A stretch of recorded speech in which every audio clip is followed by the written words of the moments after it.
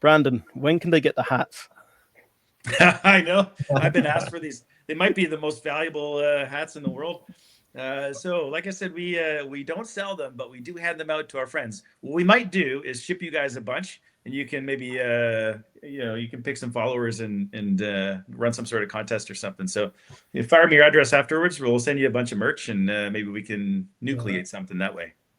Guys, whoever shares this interview the most and gets the most viewers in, we'll send you some Horizon Aircraft merch. That a deal? Deal.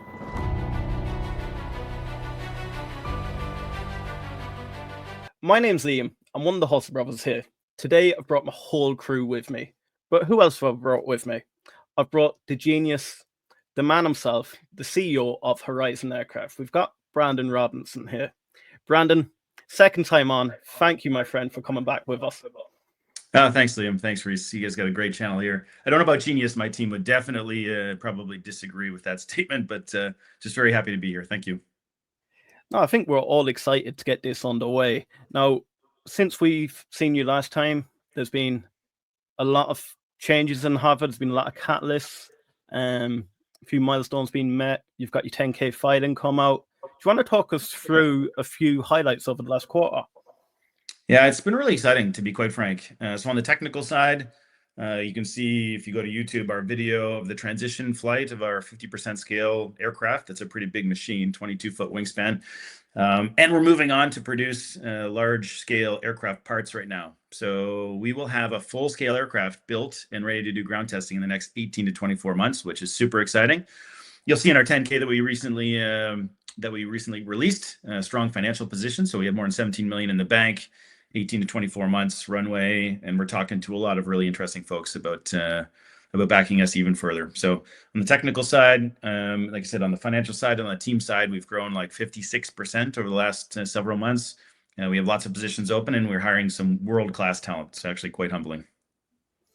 Oh, thank you so much for that. And then, look, I'm just going to go straight for the jugular. We have anything else. We have a lot of talk around the whole industry at the moment about the whole defensive side, and we know you guys are based there in Canada. Now, we're getting a lot of questions on our channel about, is Horizon Aircraft able to sell the Cavorite X7 or any of your tech across to the US themselves? Absolutely. The answer is yes. So a lot of people don't know this. In circa 2022, we won a US DoD AFWERX competition. So 250 companies were looking at producing concepts for high-speed vertical takeoff and landing aircraft. It's called the HSVTOL Challenge. We were one of 32 selected to go down to Vegas and pitch in front of a very loaded panel. It was great. Generals and double PhDs from NASA and kind of a firing squad scenario. We were one of only 5 to get an actual award through that US AFWERX DoD research and development grant.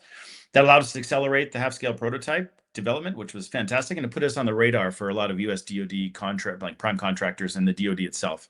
So we've had into the hangar special forces operators, Air Force folks, Navy folks, and we remain in contact with a lot of the defense primes in the US as well. Of course, they're interested in a helicopter capability that can go twice as fast, and in many ways is hardened for a military mission, fast, multiple layers of safety and redundancy, very battle hardened already. I mean, you can take out multiple rotors and it can still fly. So that's been, those discussions are ongoing. So Brandon, I've got a question on that topic then. I saw on one of your previous podcasts with a different individual, the question was raised about your concept demonstrator, your 50% scale concept demonstrator, and could that be used as a leverage? Or are there potentials to actually use that for a DoD contract, or do you want to or is the focus on your full scale, or is there marriage between both of those to where you could have multiple revenue streams quicker? Yeah, Mark, great question. And we are thinking about it. It's one of the reasons we designed it the exact size that we designed it, just in case there was some, our initial concept proved out to be technically viable. As a drone, it's a pretty impressive machine. So as a 50% scale version of the aircraft, The wings fold forward. It fits into a trailer that can be towed by an F-150 or F-250 or whatever. So the Special Forces guys love it because they don't have to haul all of this launch and recovery equipment out, where, you know, inevitably there'll be a cold catapult shot and you end up ruining most of the drones that way. So they just fold the wings out, press the green button, and it can take off from pretty much anywhere. Its design makes it very fast. It's not going to be used for long endurance sort of surveillance missions, but if you need to get something from one point without any infrastructure to another point without a pilot, and it can carry about 100 pounds of stuff, about 150 to 175 miles an hour.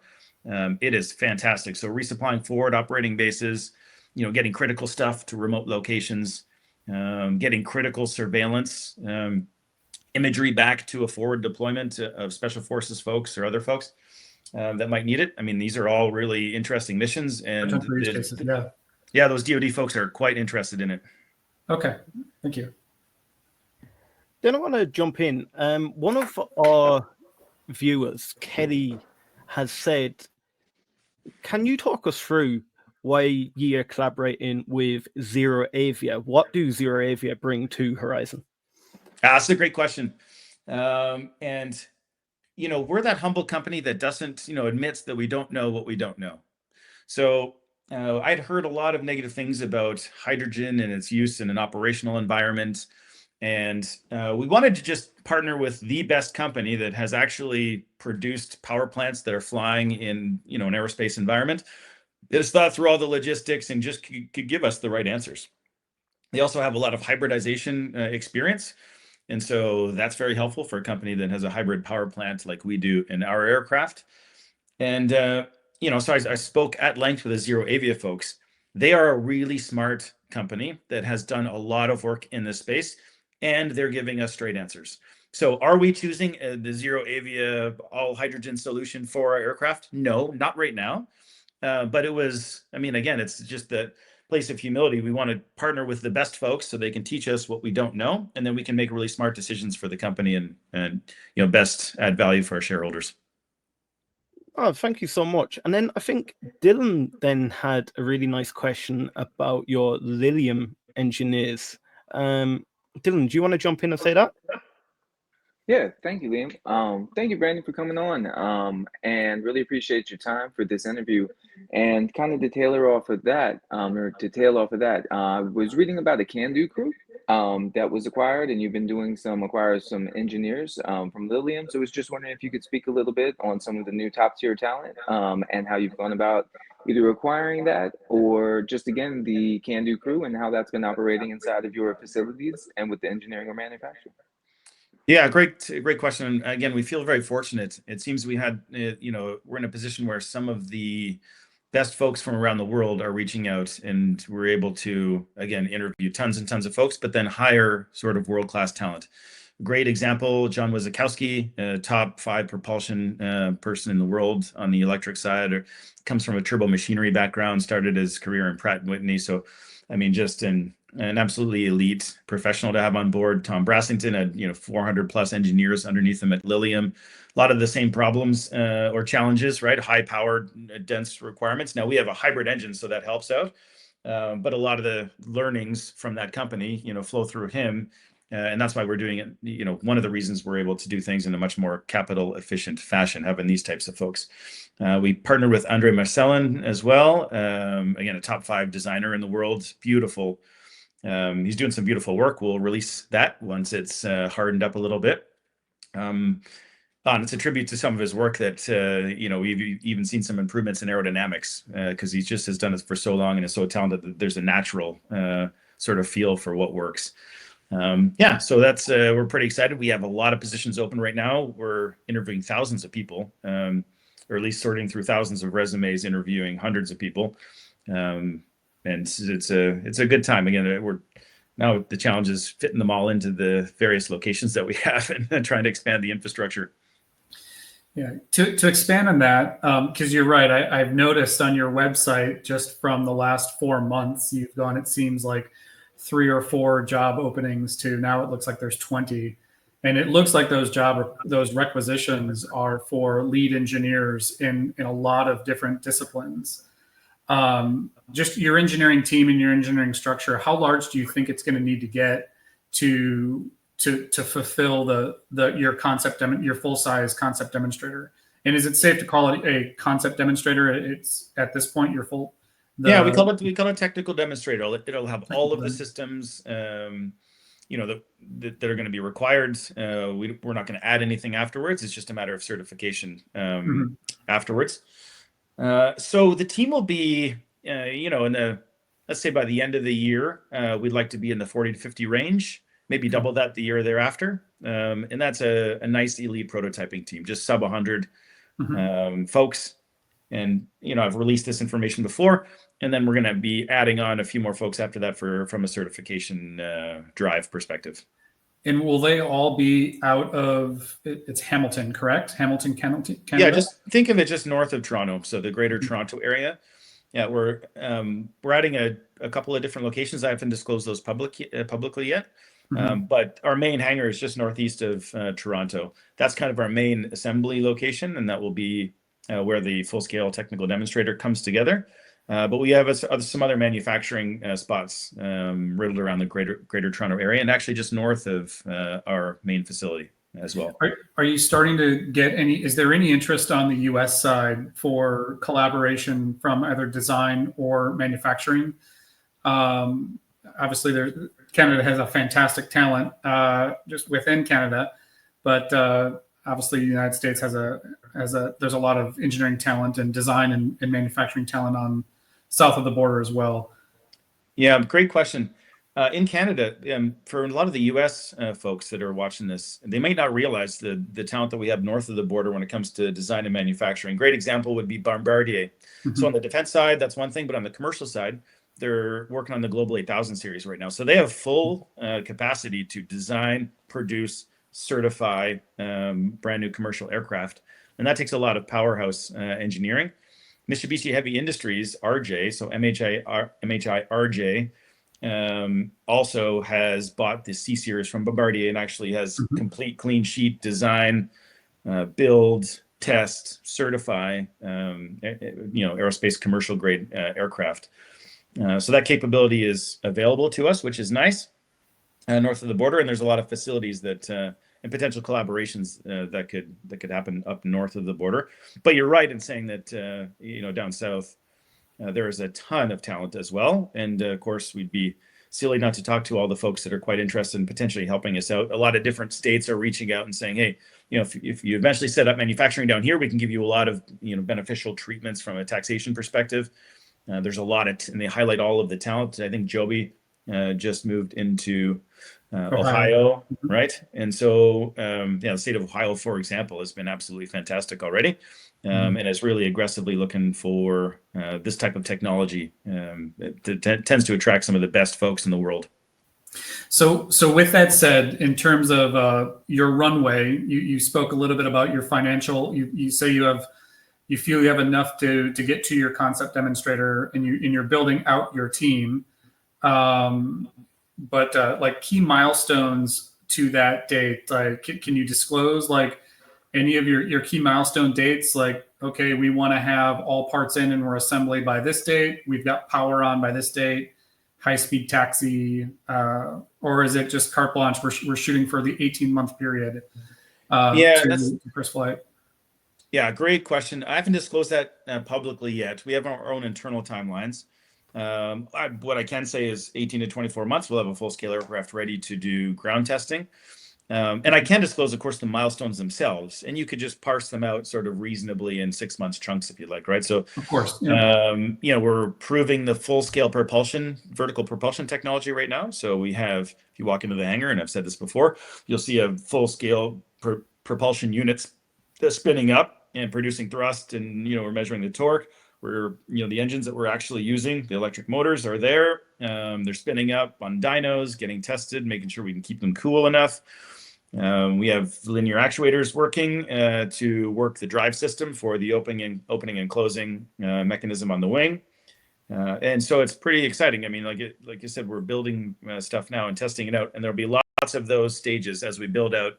I think 18 plus rigs is what we have planned now to test each individual system. And then as the as the whole thing comes together, test it in a more robust fashion. So Okay. a great story to tell over the next 18 to 24 months with a really cool, especially for some of the early investors that got in. Lots of upside when you sit there and have that full-scale aircraft in the hangar ready to roll out and do some taxi testing and initial flight testing. That's going to be an awesome day. Yeah. Then I want to jump in. We have had a question. It's circling back a little bit to what yourself and Mark were speaking about. So one of our viewers, Zed Stacker, said, my only question for Brandon is, would he or does he plan on moving to the US with Horizon Aircraft? Or is there any benefit of moving to the US over Canada for potential access to US markets or other potential investment partners? Now, the great thing about it is we can design and produce them up here and sell them in the US. So when we certify the aircraft through Transport Canada Civil Aviation, our regulatory body up here, they have bilateral agreements with the US FAA, the Federal Aviation Administration, the body that regulates commercial aircraft type certifications south of the border. And so when we certify in Canada, very shortly thereafter, we can get a US FAA type certification pretty quickly for our airplane. It's not, you don't start again, if that makes any sense. So think of North America as kind of a giant playground from a manufacturing and certification perspective. And so there's no limitations on our access to North America, even designing, producing, and certifying these aircraft in Canada with a bilateral FAA type cert. And so, yeah, I mean, it's great from that perspective. There's been a little more friction between the two countries lately, but there's still a lot of defense sort of agreements that go back and forth, and NATO alliances, and we're in Canada now we're spending a lot more on defense, and so I think those relationships will play out over the next little bit. And there's, like I said, there's no limitations for Horizon Aircraft being able to sell stuff in the US. And are you getting interest from obviously you see competitors in the eVTOL space right now? A lot of them, or a couple of them, they're really focusing on the Middle East and kind of the Middle East being a test bed. Are you seeing some interest as well from foreign partners, either in Europe or the Middle East? Yeah, we've had a lot of outreach, to be quite frank. I mean, just even how good the airplane looks, right? It is a sexy looking over there.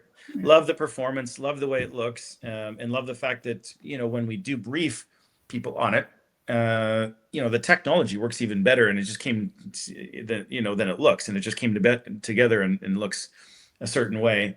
So the performance and the timelines work for them as well. So there has been a huge amount of outreach over there, but we've been focused in North America, and we'll continue to do so over the next little bit. Okay. So guys, if any of you don't know, Brandon used to be a fighter pilot. And what I want to ask you, Brandon, is how does the Cavorite X7 going to compare to any of the aircraft you had flown in your career? Well, I can tell you what I would have loved to have had is one of these aircraft in the mix when I was planning and leading NATO coalition strike missions in training. Oftentimes, helicopters are fantastic, and we're not going to just turn around and replace all of the helicopters around the world tomorrow. But I think I told you this before we started. About 65% of the global helicopter fleet simply goes from point A to point B, and then has to, have the vertical landing and takeoff capabilities just because there's no runway infrastructure. Now, we have essentially built a helicopter that is about twice as fast, is quieter, and has a few more layers of safety. And so if you're a military guy that, maybe it's a mission, and we've done these missions, I've planned and led these missions to go and extract a down pilot from beyond enemy lines, or maybe it's dropping off special forces troops to a remote location that is highly contested.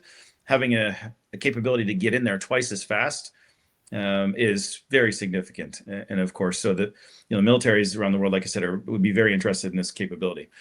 So I would have loved to have had that in the fleet and in the capability mix when I was putting some of these missions together.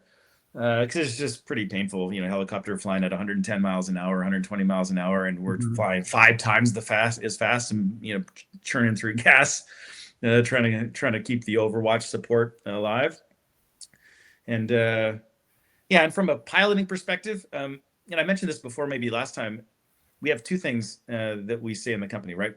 The first is we want to be able to put our kids in the back and feel safe. If at every single engineer, if they wouldn't be comfortable putting their own family in this airplane and flying it around, knowing all the layers of safety that we built in and how the aircraft is built, then we've done something wrong, right?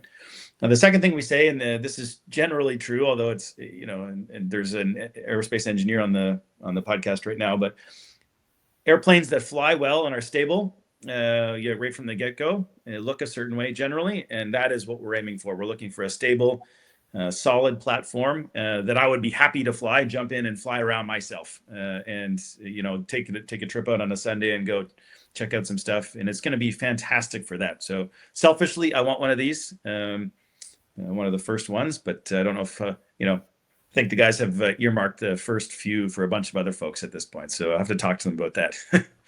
So on the topic of safety, again, having a split, correct me if I'm wrong, but it's my understanding you're going to have a turbine engine, a PT6, to drive you through wing-borne flight.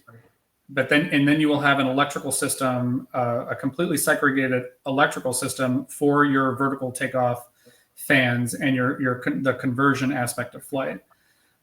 Is it true that then if you were to have, let's say, for instance, you're in the middle of a flight going from A to B, and it would be a very rare occurrence, but your PT6 has a failure and that shuts off, you now become a glider, but then you could literally transition and bleed off all your speed and land in a field, land on top of a building. That risk of we have to go land at 90 miles per hour is completely taken away. That's exactly right. And in many ways, it's better than both an aircraft and a helicopter from that perspective. So if a helicopter loses its main engine, you can auto rotate above a certain height and a certain speed, but essentially you're limited to kind of a 45-degree cone, and you have to land there.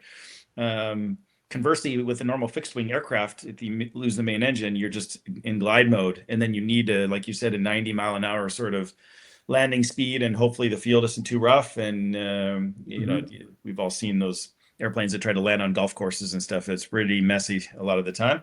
So you're right. On our aircraft, anything happens to the main PT6, you have enough energy stored on board right away because the aircraft can recharge itself after takeoff, and will do so. It'll have enough energy to open up the wings, spool up the fans. You pick your spot, and you can set it down anywhere, nice and gently. So it's quite safe from that perspective.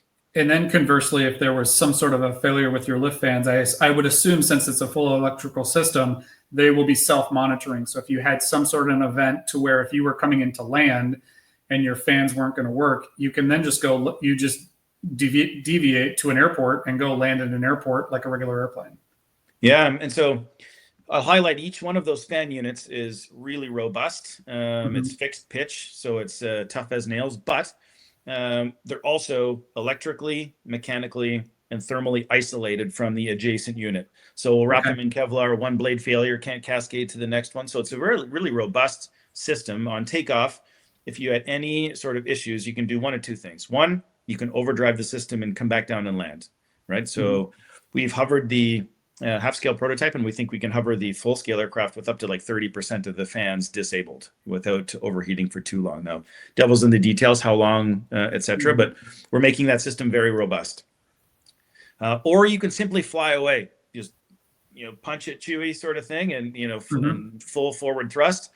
And in very short order, the aircraft is generating enough lift over the forward portion of the wings that the remaining props, the wings, the remaining fans can spool down quite a bit, and they're not in high demand whatsoever. And then you just fly away. You can fly with the wings open with some low fan RPM, or you can close the wings up, and then you're right, just go and land at a normal airport should the very worst thing happen. Now, keep in mind there are 10 fans, 5 in each main wing, and then 2 in the canards. And so that's a lot of failures that would have to occur in order to have something like that happen. Approaching a landing zone, we'll spin them up inside the wings and do what's called built-in tests, so bits on the system, so the functionality of a vertical system before you even go into try to do a landing. Okay. So this I think this just goes to show everybody who's on the channel. This package that you're putting together is designed for safety. Oh yeah. So it's designed around safety above everything else, and that includes it's safety in vertical takeoffs, safety in vertical landings, safety in the most difficult regime for most of these companies is transition. And you can see from the video, if you pull up the YouTube video and watch, it is the most boring transition ever. When the wings closed, absolutely nothing happens. A lot of other architectures, they're sweating it as those complicated aerodynamics take place, moving these tilt rotors to a forward position. It's quite complicated. A couple of them have already had serious blade failures. I wish them the best. I think they're working through some of those problems, but that architecture is quite complicated when you get into it.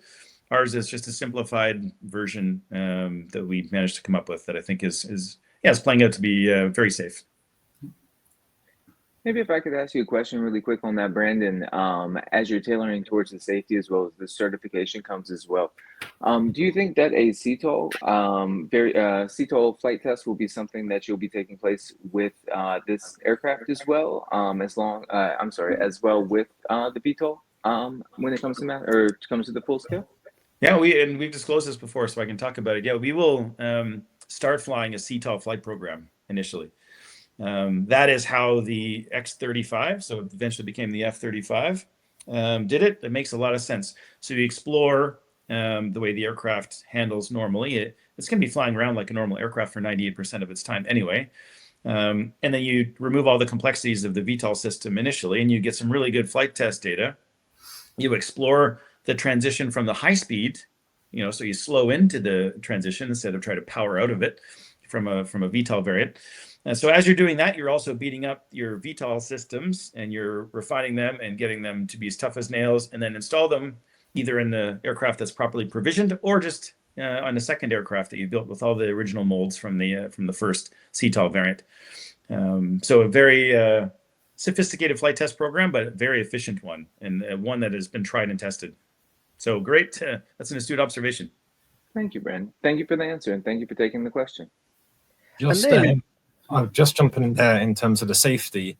From your experience with the military, what comes, I presume, would safety come first over cost, or is it kind of safety is in like an imperative, but it's always bearing in mind that if it costs more, it might not be, like in terms of what would be the most important when they're looking at it from the military basis, would safety be more important or would cost be more important? Yeah, so I think some folks can make the mistake and think that the military procurement folks aren't interested in how much it costs, right? They only care about capability. The truth is, it's a trade-off, right? More capability costs more. I think the advantage that we have is, in comparison to helicopters, this is just a naturally much more of a simple machine, and it therefore has a number of different cost benefits. So on the direct operating cost side, of course, you don't have tons of spinning rotors you don't have this massive spinning mechanism on top of you where if any single thing goes wrong, we call them single points of failure, it can be really bad in a helicopter. Whereas we have multiple layers of redundancy. Our systems are a lot simpler. And so from a direct operating cost, that portion of the cost is a lot cheaper. On a per mile basis then, since we go twice as fast, you have some serious economic advantages. So even if the unit cost was similar to that of a helicopter, the direct operating costs over the lifetime of the aircraft are going to be so significantly much lower that, the cost factor naturally stacks up in our favor anyway, which is nice. But the military folks need a thing to do a thing. Once the cost is sorted out, they need it to be able to perform, to be fast, to be tough, and to work reliably in harsh conditions. And that's what we're focused on. There's not too many other VTOL companies that are producing an aircraft that can fly in clouds in bad weather. We're targeting flight into known icing. This is going to be a tough machine that has the speed and the operational utility to fly around thunderstorms or fly through clouds, when they pop up when they're not supposed to. So full IFR capability, and a lot of layers of hardening throughout that whole process to make sure that that machine is survivable. So question I have, you're teaming with MT Props. That was disclosed through a public announcement. Is that going to be both for your lift fans and for the propulsor pop, or is it? Are you guys going to be doing your lift fans in-house? Excuse me. The lift fans will be done in-house for now. Okay. The main pusher prop, MT, is just a fantastic company. It is. They have the lightest, most high-tech props, and they're very responsive to working back and forth with them to select the main propulsor. So that was an easy, that's a no-brainer for us. But and it's the main propulsion unit fans. We might partner with somebody else once we got it all sorted out. But for now, that's going to be in-house. Okay. So we do understand you have a completely different business model than some of the investors on this channel have invested in some of your, we're not even going to call them competitors because you do something completely different. As Mark said pre-stream, you're in a league of your own. But how much would you anticipate capital would be required in order to get you to full certification? I have not disclosed that number yet. What I will say, okay? So you look at Joby Archer, and I get this all the time from investors, and rightly so. They should be asking tough questions, and I welcome them to do that. They said, well, they've spent $2 billion on certification so far, and they're still not certified. To which I kind of smile and say, listen, okay, they've spent $2 billion so far on everything. That is designing and building their own in-house motors because they have to, their own in-house giant rotor blades. They're setting up manufacturing at an order of magnitude. They think they're going to sell thousands of these per year. I hope they do. Fantastic. But that requires 2 orders of magnitude more money from a manufacturing perspective than it actually does to set up our type of system where we're going to be producing 200 to 300 of these aircraft per year, still very profitably. And then finally, they're also setting up an operational arm and making apps and all sorts of stuff. And, there's a reason it's illegal now, but there's also a practical reason why Boeing doesn't make its own airplanes and then operate its own airline at the same time. Those are 2 very, very complicated things. And they're, the modern air taxi sort of paradigm that Archer and Joby are using is fantastic. Again, I hope it works. But that also is very, very expensive to do. And I guess the last thing is, there was, 4 years ago when you backed up and, there was no specific route to certification. 2117 Bravo and the FAA structure appeared. EASA came out with their eVTOL structure on how to certify these aircraft. But they spent a lot of money, these early trailblazers, and we thank them for it. And we get to, proceed in a little more capital efficient fashion as a result. But they did spend a lot of money lobbying and waiting for those type of architectures to coalesce. And again, they built their companies very quickly, and time equals money. And when those rules dragged on a little bit, that they end up spending a lot of money. So for a lot of different reasons, we can be, and call it an order of magnitude, maybe not quite as efficient as some of those companies from a certification perspective. So that's the story I'll tell there, and that's I think the more you look into it, the more that'll start to resonate with the folks that do their due diligence on the certification side. Oh, thank you so much for that. And then, go ahead. Yeah, no, I was going to pass it straight over to you, Mike. Go on. Yeah. So with that said, and you had said this earlier too, that Canada has a very rich aviation history, and you're right. Like you look at Bombardier and everything Bombardier has accomplished. I mean, the entire C series line is just a revolutionary marvel of engineering that now unfortunately is owned by Airbus, but that was all Bombardier that had done that. So with that said, are there potential opportunities with teaming with a larger OEM that has that certification ODA type in-house type thing to leverage that and to develop your aircraft quicker and get it to market quicker? Yeah, I mean, fantastic question. And if I was an investor, I'd be very interested in the answer. So we have not disclosed anything publicly. But as I said before, we have some talent north of the border. It'd be silly for a company like us not to be talking to Bombardier or Bombardier Defense and Mitsubishi Heavy Industries with their capabilities as well. That just makes too much sense. And again, it would check off a lot of boxes for investors as well, and would not force us to reinvent the wheel completely in-house. which is definitely a more efficient way to approach that problem, if that makes any sense. Of course, yes, of course. We'll read between the lines with that answer. Dylan, didn't you have a really nice question about investment also? Yes, I'm sure I did. Let me see if I can go back to it for you guys. So I was just curious, Brandon, and hopefully this is the one that we're leading towards here. So in the early days of being a CEO of a company, and capital can be the key, how does it feel, just kind of the balance between the strategic raising of capital and then having that also show to be a better return, for the investor themselves? Yeah, and I think you hit the nail on the head at the end. So we want to be as respectful to investors as possible. I think we've navigated it well enough to the point where we have lots of money in the bank, we have lots of runway, and we've done it in a manner that has not been overly dilutive to any investors. To tell you the truth, we have 20 or 30 different term sheets from various investment banks, and they all want extra warrants and priced at a discount to the market and all this sort of stuff. And we just refuse to do those types of deals. I respect every single dollar that somebody entrusts into us in our company, and I'm going to make decisions. We're going to continue to make decisions, maybe that go against the grain in this microcap space, but we'll build the foundation of a company that will be able to grow significantly over the next few years, and won't have all these financial shackles attached to us, if that makes sense. Absolutely. And maybe just to follow up on that, and I like how you give a little bit of credit to the early movers in the industry who maybe had to pay a little bit higher price as they're going through the certification testing and looking for their ramp up.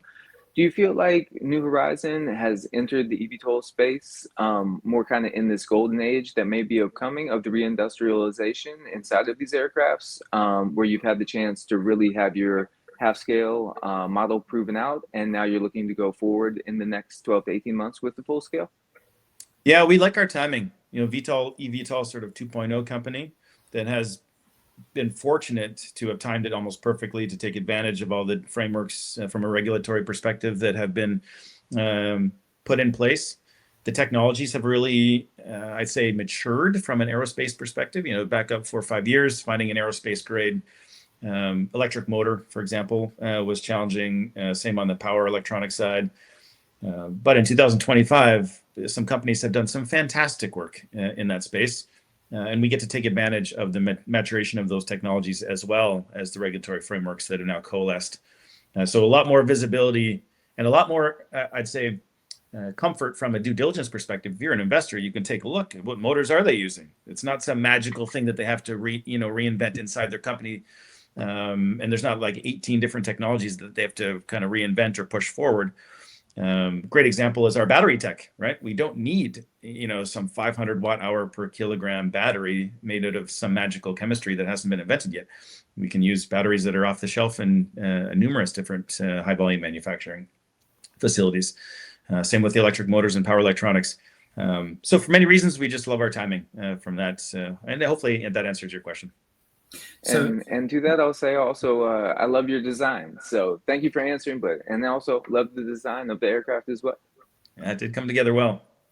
So to expand on that, you state out in your 10K that it's projected that in 2040, this could be a $1 trillion human mobility could be a $1 trillion industry. What does, in your mind, 2030, 2035 look like for you and for Horizon Aircraft?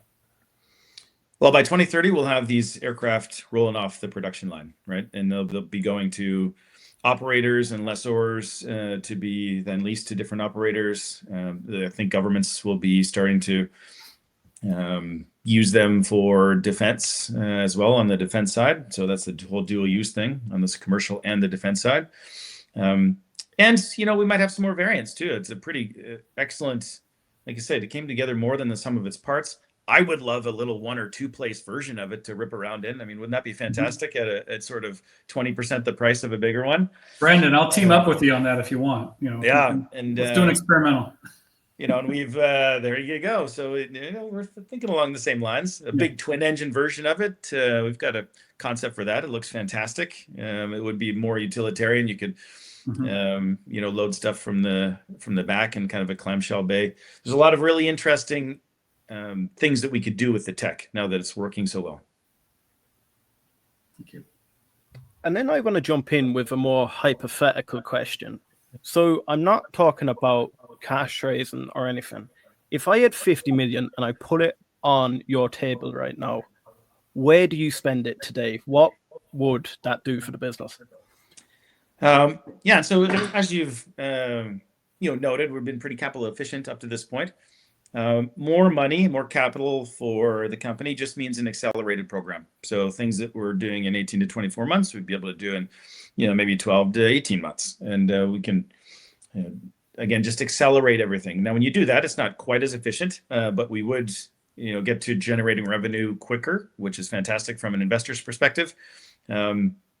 And we would gain that critical momentum a little bit earlier. So that would be a good problem to have. So thanks for asking. Kathy Wood, I'm calling you out now. Yeah. Guys, have you any more questions? My only question is, obviously, Dylan and I are on this side of the pond. Could we, if we got across the border, could we do a site tour at some point? Oh, I told you that last time. You guys let us know. Anytime you're in the Greater Toronto area, we'll come get you, and we'll run you through the full program.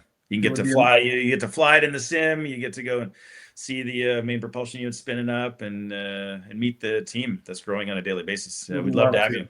Would love to. That'd be amazing. Guys, jump into the comments and let us know. Would you like us to do an in-person interview with Brandon? That'd be something very interesting. Now, guys, do smash the like button, because Brandon has taken time out of his day just to educate all of us around Horizon Aircraft. Brandon, I want to thank you so much. And again, Brandon's one of these guys. He is so open. So if you jump into the comments, you have any questions after the stream, I'm sure he'll be happy to answer any questions around Horizon. He's one of the most open guys.